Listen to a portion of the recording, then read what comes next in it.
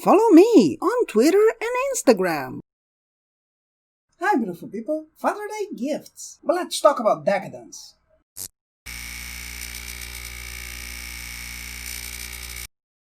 Action in a post-apocalyptic world with monstrous beings. So yes, a little of giant monster and advanced technology. Oh no, he's going to step on me! I survived. I'm so glad I still had one of these. Light spoilers. I don't have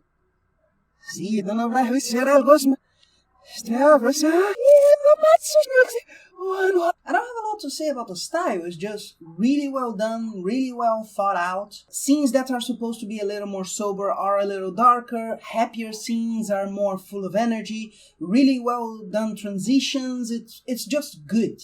As for the story, there's an anime that's not too long ago that tried to do something similar, so you can easily get apprehensive thinking they might not do it well just like the other one did. But thinking about it now and comparing, there was a lot of emptiness in that one. You know when you don't notice the mistake, but then you see it's done well and you notice the problem? Yeah, so I would like to see more, and it looks like they know what they have to do and they are not going to half-ass it. When it needed to be dramatic, it was, and when it needed to be action, it was. But let the rocks roll.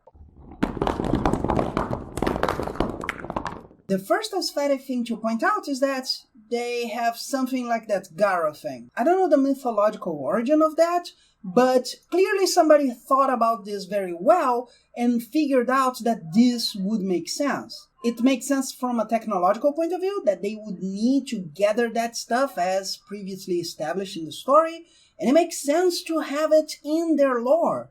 So it just works very well. As for the story, the main character is not the hero up to the end of the first episode. That's very positive. And I don't mean to say that she becomes the hero in the end. She's not the hero. It's a story that has been told a lot.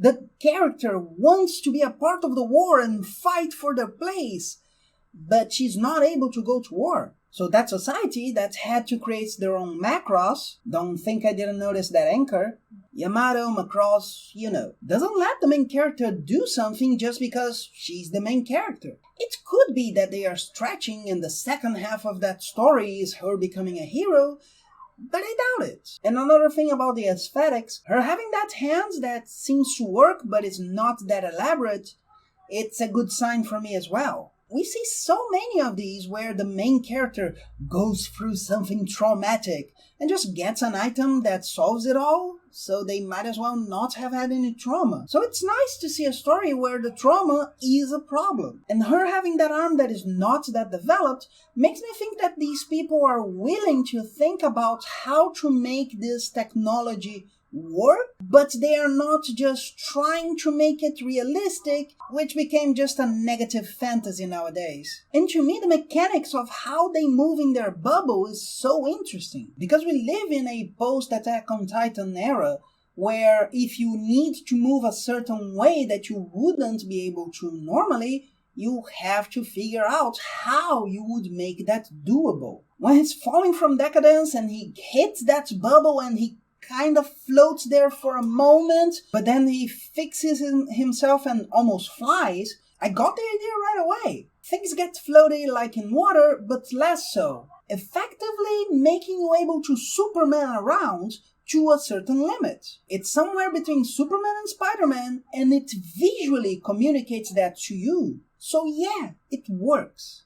Watch it. But that's it. What did you think of this episode? Leave it in the comments, and I'll see you in the next one. Bye. And if you enjoyed it, hit the bell. Look at the baby. I can't concentrate with you here. It's a kitty. It's such a pretty kitty. And she hasn't been staying with me a lot, so I have to enjoy when I can.